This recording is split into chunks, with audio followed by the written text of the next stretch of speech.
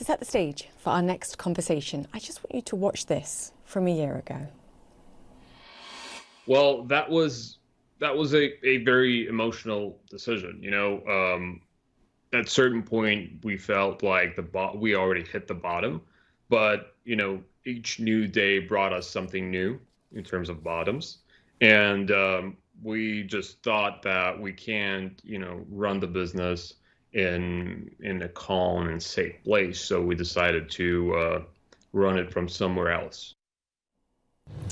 That was entrepreneurs Nikita and Valentina Blanc talking to us last year about their decision to leave their home and family in Moscow as the Russian invasion of Ukraine began. They're the founders of a startup called HEYEVERYONE, offering companies a way to automate investor communications. The young family had family members in both Russia and Ukraine when we spoke to them 11 months ago. And I'm pleased to say Nikita and Valentina join us again from their new home in Georgia.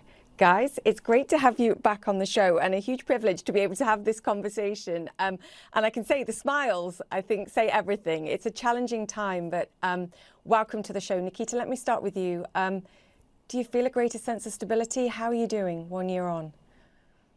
Hey, Julia, it's so great to be here once again. Thank you for having Thank us. you.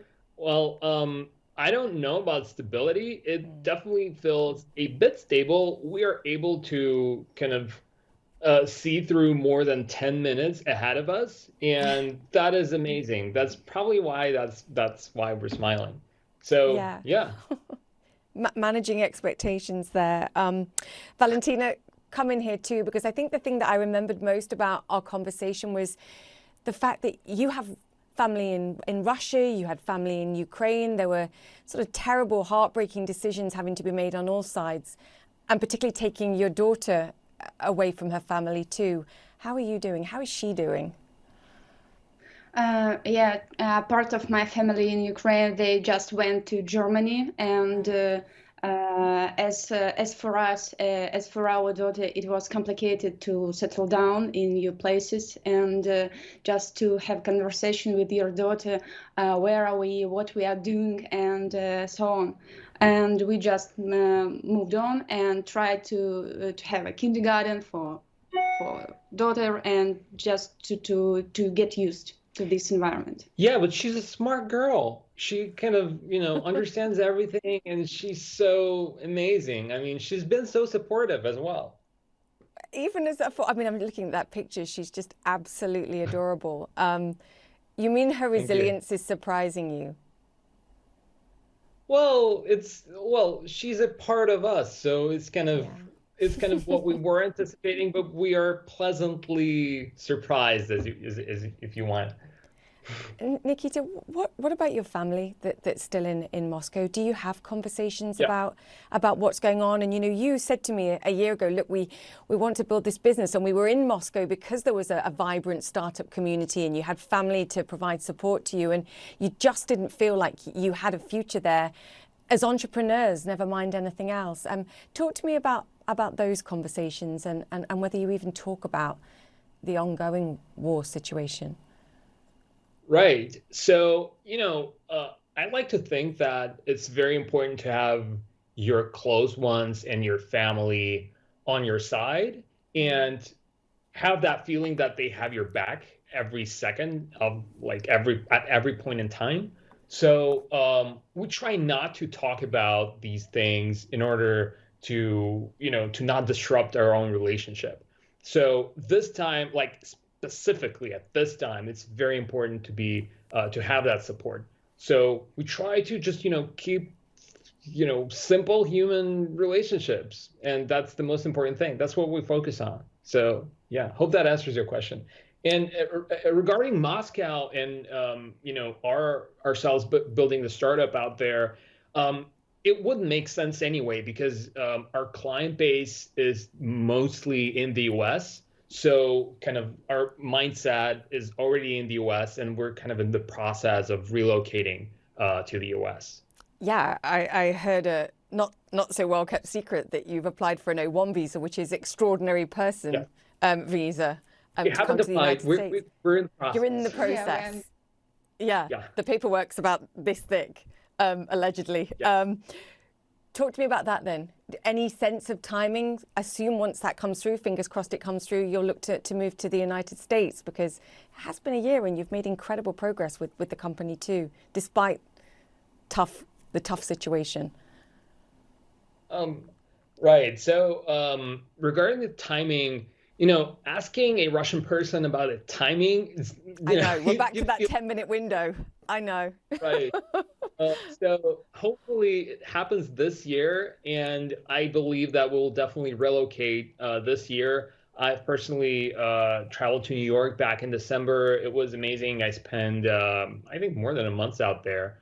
And I'm just, preparing our company, ourselves, our family, our co-founders, Nick and Raf, to relocate with us as well.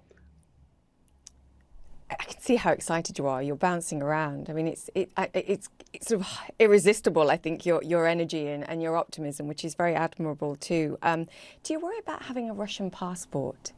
Do you worry for other Russians having a Russian passport if you simply want to build your business, take care of your family? Is it a concern? Is it something that you should be worried about? I mean, either you accept the rules of the game or you don't. So having a Russian passport doesn't mean that you're banned or canceled. It just means that you have more things to do.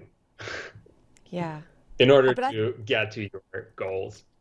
Yeah, but I think it's an important point to make about perhaps destigmatizing that, certainly, because I speak to friends who are fearful of that. I think of what the reception will be.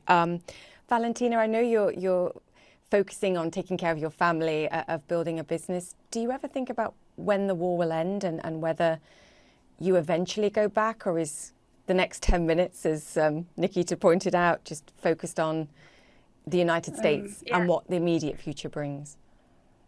Every time we have talks about this, and it's difficult to imagine. Last year we just thought that it might be a very short period, it might be in a better way, and we will change something. But now we see that we can make our best just to move forward and focus on our company. I think. I saw a quote from you. Yeah. Yeah, I saw a quote from you, Valentina, sorry to interrupt there, where you said calm is the new currency, where sort of whatever life throws at you, you just have to manage it.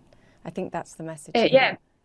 Because that's why I have to manage our company and to deal with people, and they need to trust you and to rely on, and I should share this calmness to them. Yeah. There'll be lots of parents wondering whether you... I know. I was about to say there'll be lots of parents here around watching, wondering whether you have the calmest 4-year-old on the planet as well. Watch this space, guys. That's true. I'm happy for you. Come back and talk to us when Hey Everyone's really launched, and you can talk to us about the growth of the business. It's very exciting. Nikita and Valentina. That sounds exciting. We're launching as we speak, so we have a special promo code for you guys. You just type Hey CNN while doing the checkout. Wow. Okay, awesome. Guys, we'll speak soon. Stay well. Thank you. Talk soon. Cheers. Bye. Nikita and Valentina Blanc, founders of Hey Everyone there.